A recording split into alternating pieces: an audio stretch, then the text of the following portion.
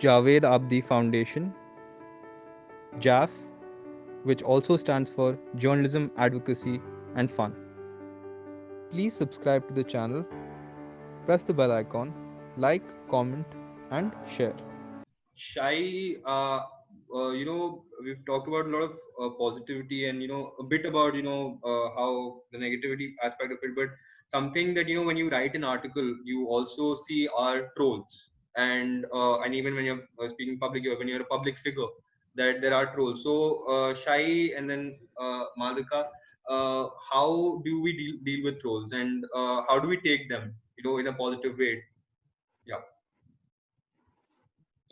Shai, will you answer? Okay. I think some trolls, it depends on the nature of the comments. Some are clearly, not contributing or saying something which is critical in a positive way or really genuinely looking to engage. So I think maybe one comment initially, but if you find that it's persistently negative or persistently kind of sarcastic, drop it. Don't engage. I would say don't engage, because there are a lot of people who who are just there to say, just to be little provocative or just to be negative, and I think it doesn't make sense to engage with them beyond the point. Maybe that one time you can just respond, be polite, and say that this is what you meant. Maybe clarify it, because also remember, a lot of people engaging on Twitter don't speak English as a first language or don't speak English even as a second language. So maybe they're not able to communicate what they're trying to say. So perhaps one or two comments, if they're not openly offensive, but beyond that, if you feel there's negativity, I would just frankly engage. It's not worth it. Sure. Malvika? I completely agree with her. I know some people have a different perspective that you should call them out, but sometimes it is just best to ignore. See, what is my story? I'm a 13-year-old girl who lost her hands, who did her doctorate, and now who's talking about inclusion. This is basically a gist of my story. I cannot personally find anything negative in my story, that what might I have done wrong that I would invite negative comments. So I think in my head, I know it's a sweet thing to hope that what kind of negative attraction that I can gain, because my message is very simple: inclusion, attitude. So there's really nothing to argue about here. You cannot say no, we will not include, or you cannot say no, yes, I will stare at you. I get so many negative comments on Twitter. So I think the first few years, it was really surprising for me that how can someone who's absolutely non-controversial can also attract, because there are people who have issues with my message, and so you cannot really expect that you're never going to get trolled, or you may have the most positive message, but even that is going to attract some kind of negativity. So I think I have now tried to get the real picture that we are all going to get that kind of negativity around us. So I think the best is to just ignore, and I personally do that. And uh, I really, because I get so much love and so much encouragement from people, that those messages, I just tend to overlook them.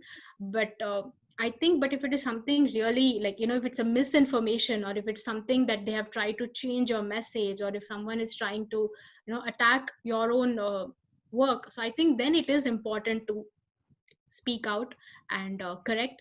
But most of the times, I think, because the more we encourage people, the negative behavior, I have seen that, because when I'm on Twitter, I see people calling out. I think a lot of times it just encourages them to keep doing more and more. It's just a negative kind of attention that they're getting. But there is a quote, right? Any kind of publicity is good publicity.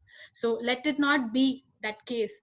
So let's do our part in focusing on what we want to focus, and ignore negativity. Yeah. Okay, I think I am done with my question. I think I'm open to people asking questions. I'll just end with one last question, and then if you have any more questions, please put it in the chat box, and we'll take it up. I have some questions on the phone that people type out and send it to me, and the volunteers are collating it. We've talked about obviously positive messaging, and a lot of that it should be it should be clear. I mean, I think someone's saying that there's a frozen interpreter. Okay, is the interpretation clear now? Okay, Ananta. Yeah. Okay. So okay, great. So basically, how yes, messaging is really important. I think to do any social media advocacy or media advocacy, it has to be very very clear. So how do we not get muddled up? So because like when we're advocating for a cause, then there's so many issues that are there. So how, like, what is that one message that we want to put out? Like, how do we make it like very very clear? And how do we keep that very focused sort of message? How do we do that? Malvika and then Shaim, if you can give your thoughts on that. I think in my own case, in my personal story, I would say that I have constantly talked about hope as a very important tool. I have talked about ending staring or discriminatory attitude. So initially I do remember, and I also used to wear prosthetic hands before. I think it's been close to 4 years since I stopped wearing prosthetic hands. And now I've started taking a lot of pictures, and I started going out without my prosthetic hands. So all of this, I share it as and when things happen, or as and when I learn something new about acceptance. So I think the one short message that definitely that all of us need to know is discriminatory attitude and the stereotypes that we are all brought up with, because we cannot ignore that. We've all had our own share of experiencing that kind of that. So I think the one thing that I really want to talk about here is contact with people with disability will and has greatly improved our mindset, or killing or removing these barriers. So I think the more we promote that, the more people like you who get these platforms, and the more we share these stories, I think now, like you said, many people have started reading and started acknowledging that people with disability are an equal representation, equal part of our society, which was not true even 10 years ago. So I think the more we keep focusing on this, I think that will greatly help. And I think we should talk. Another very important thing that we should talk about is not losing hope. Despite, no matter what our cause is, we are trying to write something or advocate for something. It could be any task. It could just be your own personal journey. I think hope is the only thing that keeps us all going. And even in my own story, I think that hope was integral in getting me where I am today. So if we can just go back home, all of us, with these two messages, that keep try to spread awareness in terms of talking and engaging more with people with disability, understanding that how their life is, because it is, in the end, it is just like ours, and preserving our spirit, preserving our hope, because I think that will take us a long way. So this is something that I think all the participants here and everyone here, I would like them to go back home with. I think they're already at home, so take it. I think when it comes to disability inclusion, access, there are many issues. Yes, there are many. But I think the more we pick up all of them in one particular campaign or one particular article, it becomes muddled. So I would say say 2 key issues. When you have a campaign, there's something you want to talk about, pick the 2 key issues you want to focus on at that point and hammer at it. And eventually go on to develop it. I think if it's too many things at a time, particularly when you're talking about something like accessibility, which is frankly not really fully understood, or the importance of it is not really comprehended by so many people, it just becomes very hard to get. Remember, when you look at the length of articles, or the length of news stories, or the length of tweets or social media posts, they're all very short, and I think that really reflects our attention span. We only have the ability to absorb or understand a limited number of things at a time. So it's better to just pick up 2 key issues and hammer at it. Come back to the rest at another day on a separate occasion. And social media being the medium it is, somebody may in fact pick it up, pick up what else you want to say and develop it for you. But when you pick up a campaign, pick up 2 or 3 key issues that you think are most relevant to that.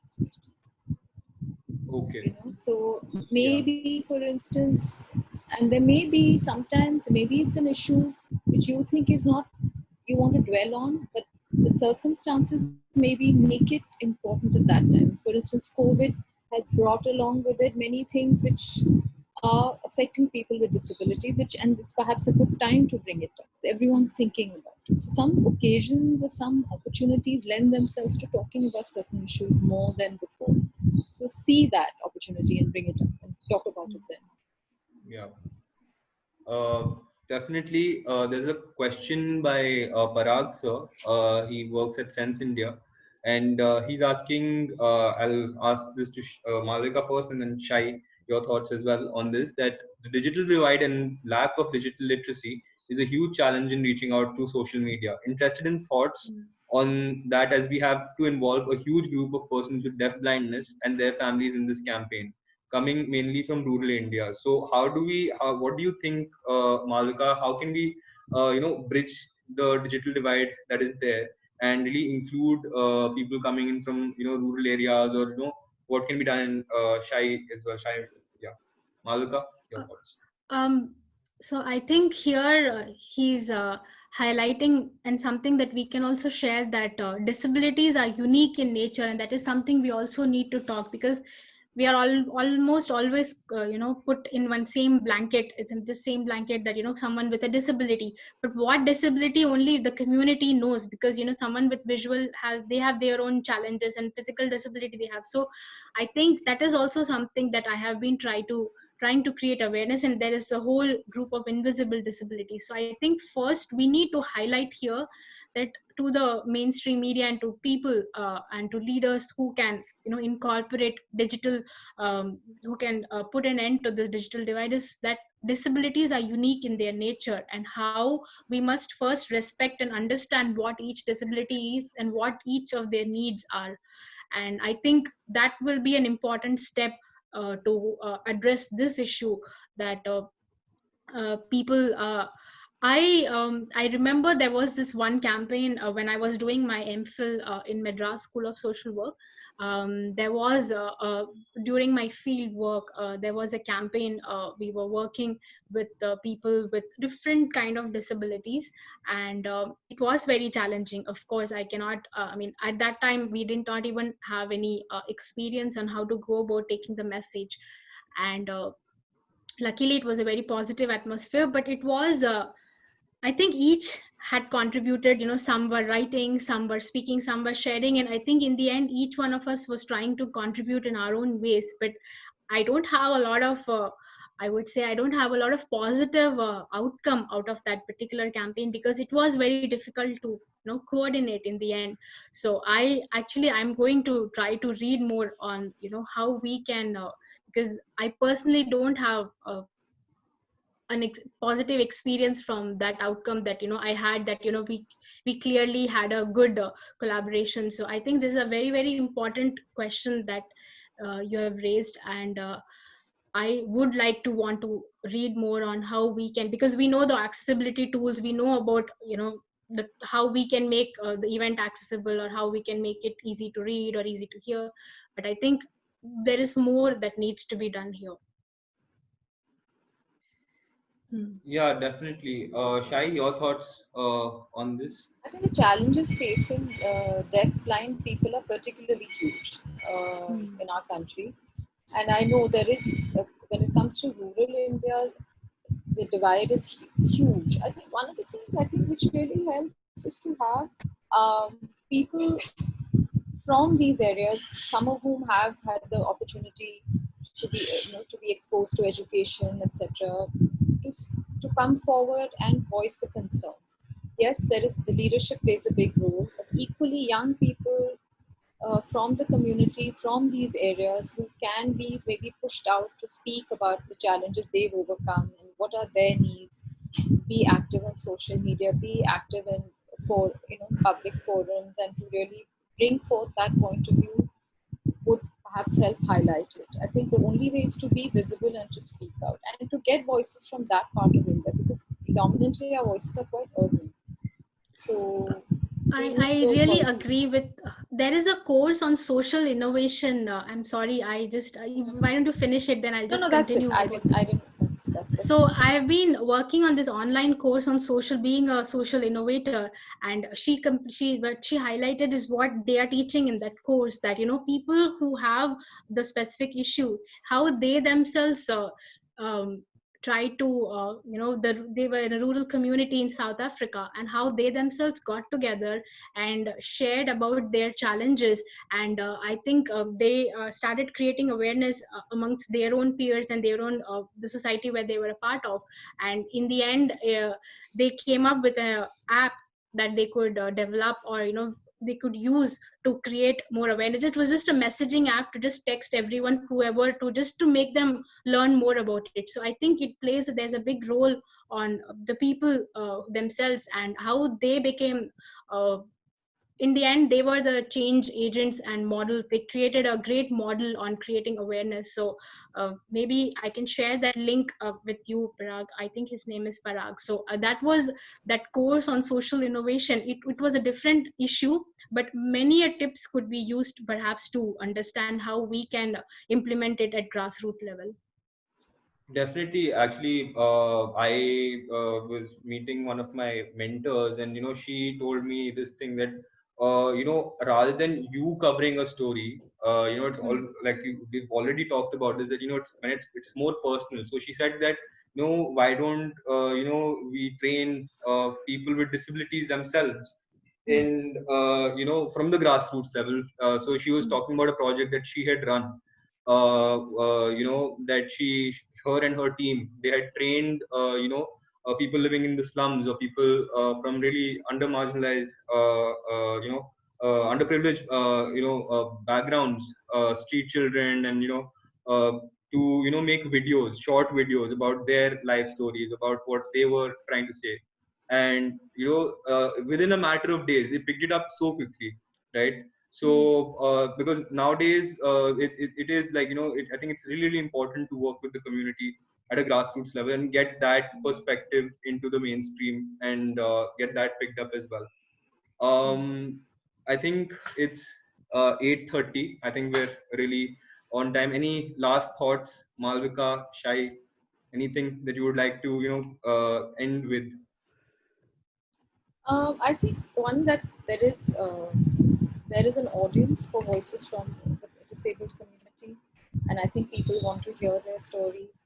And I think one should not be afraid to talk about your story, talk about your struggle, look to connect, and show your interest in the world around. I think there is a space. Yes, the space for it in mainstream media isn't there, but I think we'll only really know if we come out and say it, and we express ourselves even more, and not allow, okay, you will get the trolls, and you will get negativity, and you will get someone saying that, oh, this, whatever. It's, people are always saying things which kind of make you feel pulled down. I think, but if you persist and still speak out, I think there is an audience, and I think that's really the only way to get ourselves noticed, Yeah. counted. Malvika, your thoughts? Just agreeing to what she said and adding to it that I think social media really provides us a larger than life means of sharing ideas, gaining momentum, and gaining support. And I think the message, if we definitely, it provides us a great platform.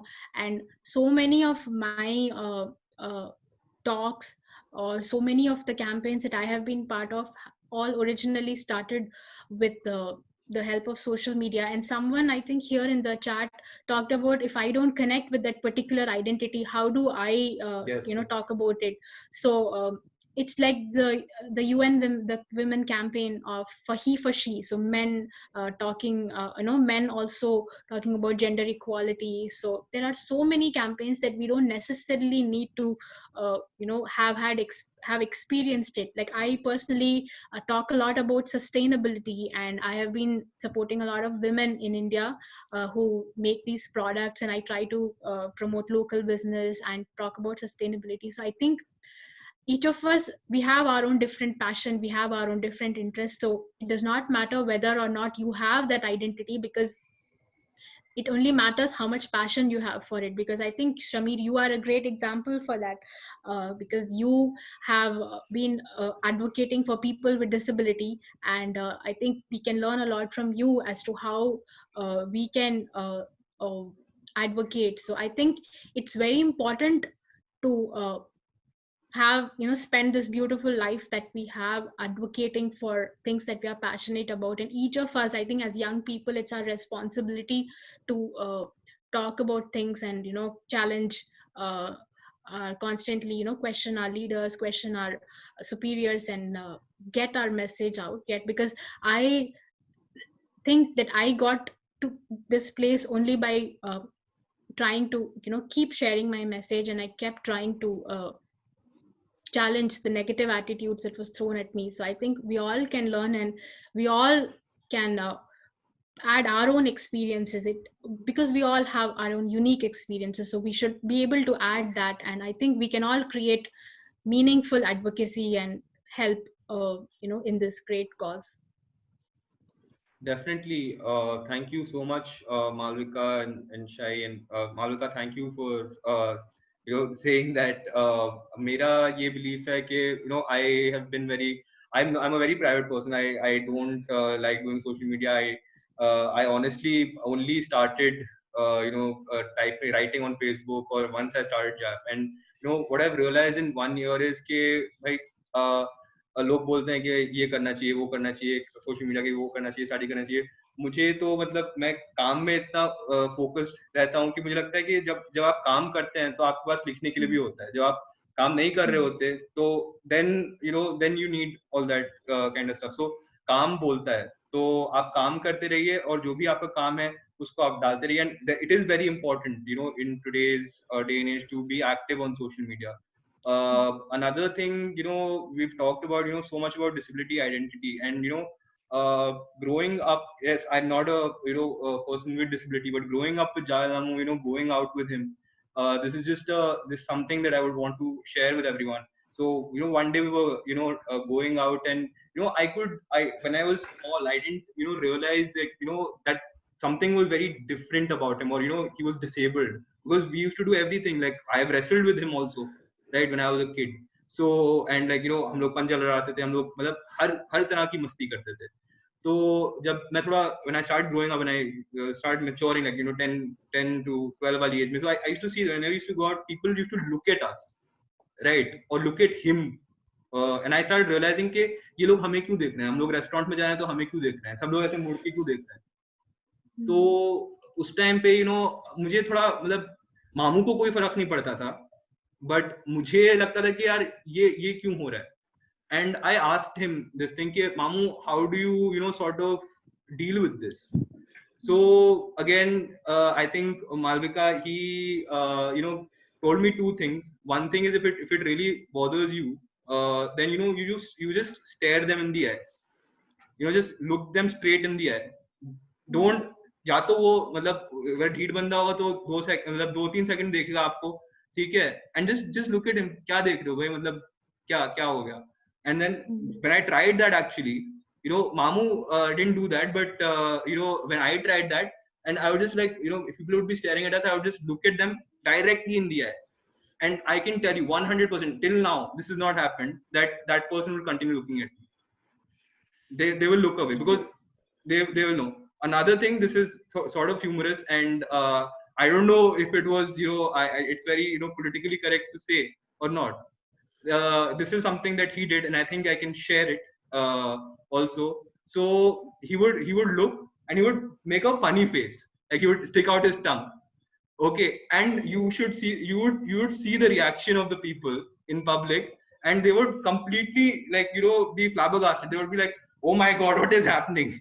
So that is something that I wanted to share. And thank you so much for coming and sharing your experience. And thank you, Shai, as well. Thank you, Ananta. Thank you, Manisha. And definitely we will be putting this session up on YouTube. I'll be sharing with you all the links, and obviously we'll be reading it on Newshook as well. And thank you, everyone. And yeah, thank you, and bye. Bye. Yeah. Thank you. Bye Yeah, bye. thank you. JAF is a youth led initiative. We deeply appreciate the support of all our interns and volunteers. Thank you. You can follow us on Facebook at Javed Abdi Foundation, and you can tweet us at Rishad Shamir.